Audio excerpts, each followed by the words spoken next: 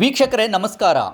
ಬೇರೆ ಬೇರೆ ಕ್ಷೇತ್ರಗಳಲ್ಲಿ ಎತ್ತರದ ಸಾಧನೆಗಳನ್ನು ಮಾಡುವವರಿದ್ದರೆ ಅವರು ಸರ್ಕಾರಿ ಶಾಲೆಗಳಲ್ಲಿ ಕನ್ನಡದ ಮಾಧ್ಯಮದಲ್ಲಿ ಓದುವವರಾಗಿರುತ್ತಾರೆ ಎಂದು ಜಿಲ್ಲಾಧಿಕಾರಿ ಕೆ ಸತ್ಯಭಾಮ ಹೇಳಿದ್ದಾರೆ. ಸರ್ಕಾರಿ ಶಾಲೆಗಳ ಅಭಿವೃದ್ಧಿಗಾಗಿ ನಾಗರಿಕ ಸಮಿತಿ ಹಾಗೂ ವಿಶ್ವಪಥ ಬಳಗ ಗುರುವಾರ ಹಾಸನದ ಅಂಬೇಡ್ಕರ್ ಭವನದಲ್ಲಿ ಏರ್ಪಡಿಸಿದ್ದ ಸರ್ಕಾರಿ ಶಾಲೆಗಳ ಸಬಲೀಕರಣ ಅಭಿಯಾನದಲ್ಲಿ ಮಾತನಾಡುತ್ತಿದ್ದ ಅವರು, ಈ ಅಭಿಯಾನಕ್ಕೆ ಚಾಲನೆ ನೀಡಿದ ಪದ್ಮಶ್ರೀ ಪುರಸ್ಕೃತರು, ದೇಶದ ಅತ್ಯಂತ ಹೆಮ್ಮೆಯ ಇಸ್ರೋ ಸಂಸ್ಥೆಯನ್ನು ಅಧ್ಯಕ್ಷರಾಗಿ ಮುನ್ನಡೆಸಿದ doctor S Kiran Kumar sir ಅವರು ಹಾಸನದ ಸರ್ಕಾರಿ ಶಾಲೆಗಳಲ್ಲಿ ವಿದ್ಯಾರ್ಥಿಯಾಗಿದ್ದವರು.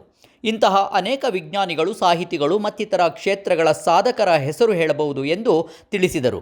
ಸರ್ಕಾರಿ ಶಾಲೆಗಳಲ್ಲಿ ಓದಿದವರಿಗೆ ಸಮಸ್ಯೆಗಳನ್ನು ಎದುರಿಸುವ ಆತ್ಮವಿಶ್ವಾಸ ಹೆಚ್ಚು ಇರುತ್ತದೆ ಎಂದರು.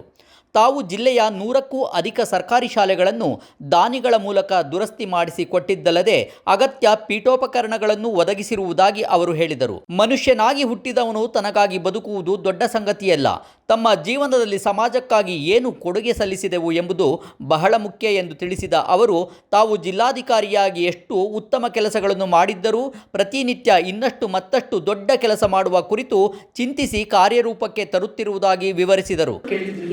ಫಸ್ಟ್ ಇಯರ್ ಏನಂತ ಸುಮಾರು ಶಾಲೆಗಳು ಸೋರ್ತಾ ಇದೆ ಮೇಡಮ್, ಇದಕ್ಕೆ ಏನು ಮಾಡ್ತೀರಾ ಅಂತಂದು ಕೇಳ್ತಾರೆ. ನಮಗೆ ಸರ್ಕಾರದಿಂದ ದುಡ್ಡು ಬರೋದು ZP ಸೆಕ್ಟರ್ಗೆ ಬರುತ್ತೆ, ಅವರೆಲ್ಲ ಪಾಪ ದುರಸ್ತಿ ಎಲ್ಲ ಮಾಡ್ತಾರೆ ಬಂದಿರೋ ಹಣದಲ್ಲಿ. ಏನು ಇರಲಿಲ್ಲ ದುಡ್ಡು. ನಾನು ಅದಕ್ಕೆ ಏನು ಮಾಡಿದೆ, ಪೆಟ್ರೋಲ್ ಬಂಕ್ NOC ನಾವು ದುಡ್ಡು ತೊಗೊಂಡು ನಾವು ಮಾಡ್ತೀವಿ ಅಂತಂದರೆ ಅದೆಲ್ಲ ಆಗದ ಮಾತು. ಆಮೇಲೆ ಹುಲಿ ಅವೆಲ್ಲ ಬೇಡ. ಸೊ ಅಂತಂದ್ಬಿಟ್ಟು ನಾನು ಅವ್ರಿಗೆ ಹೇಳಿದೆ, ನೋಡಿ ಈ ಥರ ಒಂದು ಪಟ್ಟಿ ಇದೆ ನನ್ನ ಹತ್ರ, ಶಾಲೆಗಳ ದುರಸ್ತಿದೆ, ಇನ್ನೂ ಇದೆ, ಇನ್ನೊಂದು 300 ಇದೆ ನಮ್ಮಲ್ಲಿ. 3000 ಎಷ್ಟಿದೆ, 33 ಇರಬೇಕೇನೋ. ಸೊ 3003 ಏನೋ ನಮ್ಮ ಜಿಲ್ಲೆಯಲ್ಲಿ ಸರ್ಕಾರಿ ಶಾಲೆಗಳಿದೆ. ಸರ್ಕಾರಿ ಶಾಲೆಯಲ್ಲಿ 3013 DDP ಇಲ್ಲೇ ಇದೆ. 3013 ಸರ್ಕಾರಿ ಶಾಲೆಯಲ್ಲಿ ಎಷ್ಟು ರಿಪೇರಿ ಆಗಬೇಕು ಅಂತಂದರೆ ಇನ್ನೂ ಒಂದು 200-300 ಇರಬೇಕು. ಸೊ ನಾನು ಆ ಪಟ್ಟಿಯಲ್ಲಿ ತೀರಾ ದುರಸ್ತಿ ಆಗಬೇಕಾಗಿರೋದು ಅಂದರೆ ನಿಮ್ಮ ಸೀಲಿಂಗ್ ಹೋಗಿರೋದು, ಅಂದರೆ ಮೇಲೆ ತಾರಸಿ ಹೋಗಿರೋದು, ಕೆಳಗೆ ಫ್ಲೋರಿಂಗು, ಗೋಡೆಗಳೆಲ್ಲ ಇದಾಗಿರೋದು, ಒಳಗಡೆ ಬಂದಿರೋದು, ಈ ಥರದ್ದೆಲ್ಲ ಇರೋದು. ಲೋಕಸಭಾ ಸದಸ್ಯ ಶ್ರೇಯಸ್ ಪಟೇಲ್ ಅವರು ಮಾತನಾಡಿ, ಸರ್ಕಾರಿ ಶಾಲೆಗಳ ಸಬಲೀಕರಣ ಅಭಿಯಾನವು ಅತ್ಯುತ್ತಮ ಯೋಜನೆಯಾಗಿದ್ದು, ತಾವು ಜಿಲ್ಲಾ ಪಂಚಾಯಿತಿ ಸದಸ್ಯರಾಗಿದ್ದಾಗಿನಿಂದ ಸರ್ಕಾರಿ ಶಾಲೆಗಳ ಅಭಿವೃದ್ಧಿಗೆ ಶ್ರಮಿಸುತ್ತಿರುವುದಾಗಿ ಹೇಳಿದರು. ರವೀಂದ್ರನಗರ ಶಾಲೆಗೆ ಒಂದು ಕೊಠಡಿ ನಿರ್ಮಿಸಿಕೊಡುವುದಾಗಿ ನಾಗರಿಕ ಸಮಿತಿಗೆ ಭರವಸೆ ನೀಡಿದ್ದೆ. ಅದೇ ರೀತಿ ಆಡುವಳ್ಳಿ ಶಾಲೆಗೂ ಒಂದು ಕೊಠಡಿ ನಿರ್ಮಿಸಿಕೊಡುವುದಾಗಿ ವಾಗ್ದಾನ ಮಾಡಿದರು. ಸರ್ಕಾರಿ ಶಾಲೆಗಳ ಸಬಲೀಕರಣ ಆಗಲೇಬೇಕಾಗಿದೆ. ಈ ಅಭಿಯಾನ ಆರಂಭಿಸಿದವರು ಅಭಿನಂದನೆಗೆ ಅರ್ಹರಾಗಿದ್ದಾರೆ ಎಂದು ತಿಳಿಸಿದರು.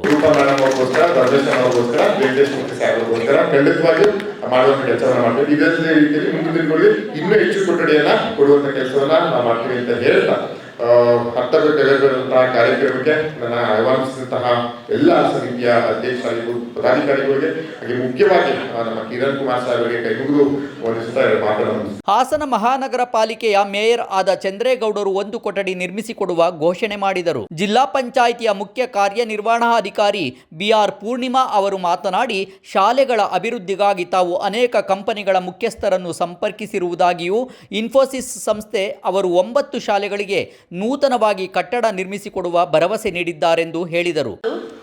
ರಿಪೇರಿಗಳಾಗಬೇಕು ಅಂತ ಕೇಳಿದ್ವಿ. ನಮಗೆ ಇನ್ಫೋಸಿಸ್ನ ಅಲಾಟ್ ಮಾಡಿದ್ದಾರೆ ಸರ್. CSR ಫಂಡಲ್ಲಿ ಇನ್ಫೋಸಿಸ್ನ ನೀವು ನಾನು ಮೇಡಮ್ ಅವ್ರನ್ನ ಕಾಂಟ್ಯಾಕ್ಟ್ ಮಾಡಿದ್ದೀನಿ, ಅವರು ಟೀಮ್ನ ಕಳಿಸ್ಕೊಡ್ತೀನಿ ಅಂತ ಹೇಳಿದ್ದಾರೆ. ಕಳಿಸ್ಕೊಟ್ಟು ನಾವು ಸುಮಾರು 9 ಶಾಲೆಗಳನ್ನ ಐಡೆಂಟಿಫೈ ಮಾಡಿದ್ದೀವಿ. ನಮ್ಮ DDP ಇದ್ದಾರೆ, ಸಮಗ್ರವಾಗಿ 9 ಶಾಲೆಗಳನ್ನ ಐಡೆಂಟಿಫೈ ಮಾಡಿದ್ವಿ. ಅದರಲ್ಲಿ ಈ 2 ಶಾಲೆಗಳನ್ನ ಒಂದು ಕ್ಲಿಯರ್ ಆಗುತ್ತೆ, ಆಡುವಳ್ಳಿ ಕ್ಲಿಯರ್ ಆಗುತ್ತಲ್ಲ, ಅಲ್ಲ ರವೀಂದ್ರನಗರ ಕ್ಲಿಯರ್ ಆಗುತ್ತೆ, ಆಡುವಳ್ಳಿದು ಒಂದು ನಾವು ಇದ್ರ ಜೊತೆ ಆ್ಯಡ್ ಮಾಡ್ತೀವಿ. ಈಗ ಮತ್ತು ನಮ್ಮ ಡೆಪ್ಟಿ CM ಅವರು ಕೂಡ ನಮಗೆ ಮಾಹಿತಿಯನ್ನು ಕೊಟ್ಟು, ಇಲ್ಲ ನೀವು ಫಾಲೋ ಅಪ್ ಮಾಡಿ.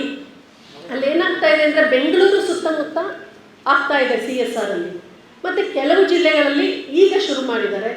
ನಾವು ಸುಮಾರು ಸಲ DDP ಮತ್ತು ನಾವು ಕಾಂಟ್ಯಾಕ್ಟ್ ಮಾಡಿದಾಗ ಇವಾಗ ಬರ್ತೀವಿ ನೆಕ್ಸ್ಟ್ ಡೇ, ಅದಕ್ಕೆ ನಾನೀಗ ಅವ್ರಿಗೆ ಕ್ಲೋಸೆಸ್ಟ್ ಸುಧಾಮೂರ್ತಿ ಅವರಿಗೆ ತುಂಬ ಕ್ಲೋಸ್ ಆಗಿರೋ ಫ್ಯಾಮಿಲಿ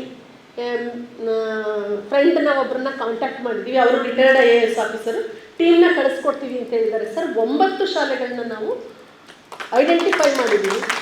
ಅಷ್ಟು ಶಾಲೆಯಲ್ಲಿ ಅವರನ್ನು ಎಷ್ಟನ್ನಾದರೂ ತಗೋಬೋದು. ಅವರ ಕೆಪಾಸಿಟಿ, ಅವರು ಏನು ಮಾಡಬೇಕು ಏನು ಅಂತ ಹೇಳಿ ಅವ್ರು ತೀರ್ಮಾನ ತಗೋತಾರೆ ಸರ್. ನನಗೆ ತುಂಬ ಕನ್ಸರ್ನ್ ಆಗ್ತಾ ಇರೋದೇ ನಮ್ಮ ಅಂಗನವಾಡಿಗಳು, ನಗರದ ಅಂಗನವಾಡಿಗಳು, ಶಾಲೆಗಳು. ಅದಕ್ಕೆ ನೀವು ಕೂಡ ಸಹಾಯ ಮಾಡ್ತಾರೆ, ನಿಮ್ಮ ಕಡೆಯಿಂದನೂ ಆಗುತ್ತೆ ಅಂತ ಹೇಳಿದ್ದಾರೆ. ಹಾಗೆ ನಮ್ಮ ಹಾಸನ ಜಿಲ್ಲೆಯಿಂದ ಒಳ್ಳೊಳ್ಳೆಯ ಹುದ್ದೆಗಳನ್ನು ಅಲಂಕರಿಸಿರೋರು ಮತ್ತು ತುಂಬ ಫಾರಿನಲ್ಲಿ ಅಥವಾ ವಿದೇಶದಲ್ಲಿ ಸೆಟ್ಲ್ ಆಗಿರೋರು ಬೇರೆ ಬೇರೆ ಕಡೆ ಐಡೆಂಟಿಫೈ ಮಾಡಿದ್ರೆ ನಮ್ಮ ಕೆಲವು ನಗರ ಪ್ರದೇಶದ ಮತ್ತು ಗ್ರಾಮೀಣ ಪ್ರದೇಶದ ಶಾಲೆಗಳನ್ನ ರಿಪೇರ್ ಮಾಡೋದಕ್ಕೆ ಅನುಕೂಲ ಆಗುತ್ತೆ. ಈಗ ಮೊನ್ನೆ ಸರ್ ಮಂಡ್ಯದಲ್ಲಿ ನನಗೆ ಗೊತ್ತಿರೋ ಒಂದು ಹುಡುಗ ಮದುವೆ ಆದ, ಅವನು ಫಾರಿನ್ ಸೆಟಲ್ಡ್. ಅವನು ಅವರ ಹುಟ್ಟಿದ ಊರಿನ ಶಾಲೆಗಳಿಗೆ 2 ಕೊಠಡಿಗಳನ್ನು ಮಾಡಿಕೊಟ್ಟ ಮದುವೆ ಟೈಮಲ್ಲಿ. ಇದು ನನಗೆ ಕೊಡುಗೆ ಅಂತೇಳಿ ಕಂಪ್ಯೂಟರ್ಸ್ ಕೊಟ್ಟಿದ್ದಾರೆ. ಆ ಥರದವ್ರನ್ನ ನಾವು ಸ್ವಲ್ಪ, ಯಾಕೆಂದರೆ ನಾವು ಲೋಕಲ್ ಇರಲ್ಲ, ನಮಗೆ ಗೊತ್ತಿಲ್ಲ ಇಲ್ಲಿ ಯಾರು ಎಲ್ಲಿ ಸೆಟ್ಲ್ ಆಗಿದ್ದಾರೆ ಅಂತ. ತಾವು ಐಡೆಂಟಿಫೈ ಮಾಡಿ ಅವ್ರನ್ನ ಕಾಂಟ್ಯಾಕ್ಟ್ ಮಾಡಿದ್ರೆ ಅದು ಕೂಡ ನಮಗೆ ಅನುಕೂಲ ಆಗುತ್ತೆ. ಜಿಲ್ಲಾ ಸರ್ಕಾರಿ ನೌಕರರ ಸಂಘದ ಅಧ್ಯಕ್ಷ ಬಿಪಿ ಕೃಷ್ಣೇಗೌಡ ಅವರು ಮಾತನಾಡಿ, ಸರ್ಕಾರಿ ಶಾಲೆಗಳ ಸಬಲೀಕರಣ ಅಭಿಯಾನವು ತುಂಬ ಅಪರೂಪದ ಕಾರ್ಯಕ್ರಮವಾಗಿದೆ. ನಮ್ಮ ಹಳ್ಳಿಗಳ ಜನರು ದೇವಸ್ಥಾನಗಳ ನಿರ್ಮಾಣಕ್ಕೆ ನೀಡುತ್ತಿರುವ ಪ್ರಾಮುಖ್ಯತೆಯನ್ನು ಶಾಲೆಗಳಿಗೂ ನೀಡಿದರೆ ಜಿಲ್ಲೆಯ ಎಲ್ಲ ಸರ್ಕಾರಿ ಶಾಲೆಗಳನ್ನು ಉತ್ತಮ ಸ್ಥಿತಿಗೆ ತರುವುದು ದೊಡ್ಡ ಕೆಲಸವೇನೂ ಅಲ್ಲ ಎಂದು ತಿಳಿಸಿದರು. ತಮ್ಮ ಊರಾದ ಬಾಗೂರಿನಲ್ಲಿ ಒಂದು ದೇವಸ್ಥಾನ ಕಟ್ಟಲು ಕೋಟಿ ರೂಗಳನ್ನು ಕೊಟ್ಟಿದ್ದಾರೆ. ಇಂತಹ ದಾನಿಗಳು ಎಲ್ಲೆಲ್ಲೂ ಸಿಗುತ್ತಾರೆ ಎಂದವರು ನುಡಿದರು. ಪೂರ ಬ್ಯಾಗು, ಪುಸ್ತಕ, ಫೀಸು ಎಲ್ಲನೂ ಅವರೇ ಕೊಡೋದು. 2 ವರ್ಷಕ್ಕೊಂದ್ಸಲಿ ಬೂಟು ಅವರೇ ಕೊಡೋದು. ಇನ್ನು ಯೂನಿಫಾರ್ಮ್ಸ್ ಎಲ್ಲ ಗೌರ್ಮೆಂಟ್ ಎಲ್ಲ ಬರುತ್ತೆ. ಎಲ್ಲ ಶೌಚಾಲಯಗಳನ್ನ ಅಷ್ಟು 18 ಶಾಲೆ ಶೌಚಾಲಯಗಳಿಗೆ ಇಬ್ಬಿಬ್ರು ಏನು ಅಟೆಂಡರ್ಸ್, ಅದು ಶೌಚಾಲಯ ಕ್ಲೀನ್ ಮಾಡಲಿಕ್ಕೆ, ಈ ಶಾಲೆ ಕ್ಲೀನ್ ಮಾಡಲಿಕ್ಕೆ ಇಬ್ಬಿಬ್ರು ಸ್ವಂತ ಹಣದಲ್ಲಿ ತಿಂಗಳಿಗೆ ಸ್ಯಾಲರಿಯನ್ನು ಕೊಟ್ಕೊಂಡು ಇಟ್ಕೊಂಡಿದ್ದಾರೆ. ಆಮೇಲೆ ಅವರು ಓದಿದ್ದ ಶಾಲೆಯನ್ನ ಅತ್ಯದ್ಭುತವಾಗಿ ಡೆವಲಪ್ ಮಾಡಿದ್ದಾರೆ. ನಿಜವಾಗ್ಲೂ ಅದನ್ನು ನೋಡಿದಾಗ ಎಲ್ಲ ಶಾಸಕರು, ಸಂಸದರು ಅದನ್ನ ಒಂದು ಕಾಳಜಿಯನ್ನು ವಹಿಸಿಕೊಂಡಾಗ ಇದು ಯಾವುದೂ ಸಾಧ್ಯ ಇಲ್ಲ, ಎಲ್ಲವನ್ನೂ ಸಾಧ್ಯ ಮಾಡಬಹುದು ಅಂತ ಹೇಳಿ ನಾವು ಗಮನ ಹರಿಸಬೇಕಾಗ್ತದೆ. ಕಾರ್ಯಕ್ರಮದ ಅಧ್ಯಕ್ಷತೆ ವಹಿಸಿದ್ದ ಈ ಸಮಿತಿಯ ಸಂಚಾಲಕಿ ಹಾಗೂ ಸಾಹಿತಿ ರೂಪಾ ಹಾಸನ ಅವರು ಮಾತನಾಡಿ, ಸರ್ಕಾರಿ ಶಾಲೆಗಳ ಸಬಲೀಕರಣ ಅಭಿಯಾನ ಬಹಳ ಜನಪ್ರಿಯ ಸ್ಪಂದನೆ ವ್ಯಕ್ತವಾಗುತ್ತಿದೆ.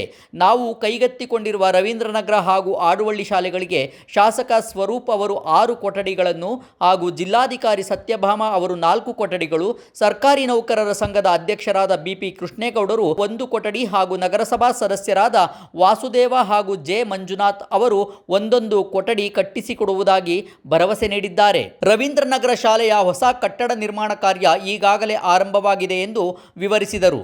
ಜಿಲ್ಲಾ ಸರ್ಕಾರಿ ನೌಕರರ ಸಂಘದ ಅಧ್ಯಕ್ಷ ಕೃಷ್ಣೇಗೌಡ, ಕಾರ್ಯದರ್ಶಿ ಡಾಕ್ಟರ್ ಲಕ್ಷ್ಮೀಕಾಂತ್ ಅವರು ಕಾರ್ಯಕ್ರಮದ ವೇದಿಕೆಯಲ್ಲಿ ರವೀಂದ್ರನಗರ ಶಾಲೆಯ ಮೊದಲ ಕಂತಾಗಿ 1 ಲಕ್ಷ ರೂಗಳನ್ನು ಸಮಿತಿಯ ಖಜಾಂಚಿ ರಾಮಚಂದ್ರ ಅವರಿಗೆ ನೀಡಿದರು. ಇದಕ್ಕೂ ಮುನ್ನ ಡಾಕ್ಟರ್ ಎಎಸ್ ಕಿರಣ್ ಕುಮಾರ್ ಅವರು ಆಡುವಳ್ಳಿ ಶಾಲೆಯ ಆವರಣದಲ್ಲಿ ನಡೆದ ಸಮಾರಂಭದಲ್ಲಿ ನೂತನ ಶಾಲಾ ಕೊಠಡಿಗಳ ನಿರ್ಮಾಣಕ್ಕೆ ಶಿಲಾನ್ಯಾಸ ಮಾಡಿದರು. ಮಹಾನಗರ ಪಾಲಿಕೆಯ ಉಪಮೇಯರ್ ಹೇಮಲತಾ ಕಮಲ್ ಕುಮಾರ್, ಶಾಲಾ ಶಿಕ್ಷಣ ಇಲಾಖೆಯ ಉಪನಿರ್ದೇಶಕರಾದ ಚಂದ್ರಶೇಖರ್, ಹಾಸನ ಕ್ಷೇತ್ರ ಶಿಕ್ಷಣಾಧಿಕಾರಿ ಮಂಜುಳಾ, ನಗರ ಪಾಲಿಕೆ ಸದಸ್ಯರಾದ ಎಚ್.ಎಸ್. ವಾಸುದೇವ್, ಜೆ. ಮಂಜುನಾಥ್, ಹಾಸನ ವೈದ್ಯರ ಸಂಘದ ಅಧ್ಯಕ್ಷರಾದ ಡಾಕ್ಟರ್ ಶ್ರೀರಂಗ ಡಾಂಗೆ, ತೆರಿಗೆ ಸಲಹೆಗಾರರ ಸಂಘದ ಅಧ್ಯಕ್ಷ ಎಚ್.ಆರ್. ಶಿವಕುಮಾರ್, ಜಿಲ್ಲಾ ಹಿರಿಯ ನಾಗರಿಕ ವೇದಿಕೆಯ ಉಪಾಧ್ಯಕ್ಷೆ ಜಯಲಕ್ಷ್ಮಿ ರಾಜಣ್ಣಗೌಡ, ಸಾಮಾಜಿಕ ನಾಯಕ ಎಸ್.ಎಸ್. ಪಾಷಾ ಮತ್ತಿತರರು ಮುಖ್ಯ ಅತಿಥಿಗಳಾಗಿದ್ದರು. ವಿಶ್ವಪಥ ಬಳಗದ ಸಂಚಾಲಕ ಆರ್.ಪಿ. ವೆಂಕಟೇಶ್ ಮೂರ್ತಿ ಅವರು ಮಾತನಾಡಿ, ಸರ್ಕಾರಿ ಶಾಲೆಗಳ ಸಬಲೀಕರಣ ಅಭಿಯಾನದ ಉದ್ದೇಶದ ಕುರಿತು ವಿವರಿಸಿದರು. ಈ ನಾಗರಿಕ ಸಮಿತಿಯ ಸಂಚಾಲಕ ಧರ್ಮೇಶ್ ಅವರು ಕಾರ್ಯಕ್ರಮ ನಿರೂಪಣೆ ಮಾಡಿದರು. ಜಿಲ್ಲಾ ಶಿಕ್ಷಕರ ಸಂಘದ ಅಧ್ಯಕ್ಷೆ ಚೈತ್ರ ನಾಯಕರಹಳ್ಳಿ ಸ್ವಾಗತಿಸಿದರು. ಬನುಮ ಗುರುದತ್ ಅವರು ಪ್ರಾರ್ಥನಾ ಗೀತ ಹಾಡಿದರು. ವಿಶ್ವಪಥ ಬಳಗದ ಪಿ. ಪುರುಷೋತ್ತಮ್ ವಂದಿಸಿದರು. ಇದಕ್ಕೂ ಮುನ್ನ ಡಾಕ್ಟರ್ ಎಎಸ್ ಕಿರಣ್ ಕುಮಾರ್ ಅವರು ಆಡುವಳ್ಳಿ ಶಾಲಾ ಆವರಣದಲ್ಲಿ ನೂತನ ಕೊಠಡಿಗಳ ನಿರ್ಮಾಣಕ್ಕೆ ಶಿಲಾನ್ಯಾಸ ನೆರವೇರಿಸಿದರು. ನಂತರ ಅವರು ರವೀಂದ್ರನಗರ ಶಾಲೆಯ ನೂತನ ಕಟ್ಟಡ ನಿರ್ಮಾಣ ಕಾಮಗಾರಿಯನ್ನು ವೀಕ್ಷಿಸಿದರು.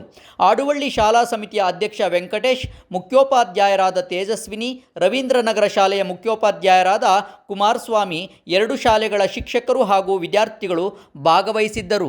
ವಿಶ್ವಪಥ ಟಿವಿಯಿಂದ ನಿಮ್ಮ ಪ್ರೀತಿಯ ಬಾಲರಾಜ್. ವಿಶ್ವಪಥ ಟಿವಿಯನ್ನು ಸಬ್ಸ್ಕ್ರೈಬ್ ಮಾಡಿ, ಶೇರ್ ಮಾಡಿ, ಲೈಕ್ ಮಾಡಿ.